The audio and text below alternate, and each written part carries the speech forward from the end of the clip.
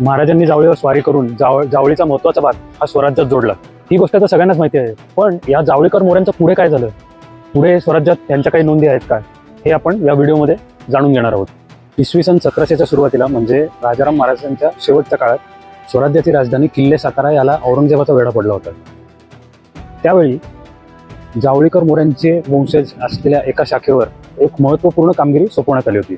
शिवचरित्र साहित्य खंड 5 मधील पत्रांप्रमाणे चांजीराव मोरे, यसाजीराव व तानाजीराव यांना त्यावेळी जमावानिशी या वेढ्यावर हल्ला करण्याचे आणि हा वेढा उठवण्याचे काम सोपवण्यात आले होते।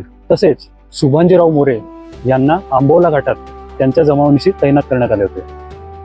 साताऱ्याच्या वेढ्याच्या वेळच्या या मोहिमेसाठी त्यांना त्यांचे वंशपरंपरागत असलेले कांदाटगाव हे इनाम दिल्याचेही या पत्रात नमूद केले आहे। असेच एक पत्र 10 मार्च 1702ला ताराबाईंचे पुत्र छत्रपती शिवाजीराजे दुसरे यांनी चांजीराव व यशवंतराव मोरे यांना लिहिलेले आहे। त्यात ते असं म्हणतात की कोकणात गनिमाची धामधूम चालली आहे आणि ऐशास आंबोला घाट हा तुमच्या स्वाधीन आहे। तर अशात 50-60 हसमांसह आंबोलाच्या घाटमाथ्यावर जाऊन तिथला बंदोबस्त करून गनिमावर नजर ठेवण्याची आज्ञाही ते पुढे या पत्रात देतात। याचा स्पष्ट अर्थ असा आहे की जावळीकर मोऱ्यांचे वंशज नंतर स्वराज्य कार्यात सामील झाले होते। एवढेच नव्हे तर ते स्वराज्याचे एकनिष्ठ आणि एक महत्त्वपूर्ण सरदार होते।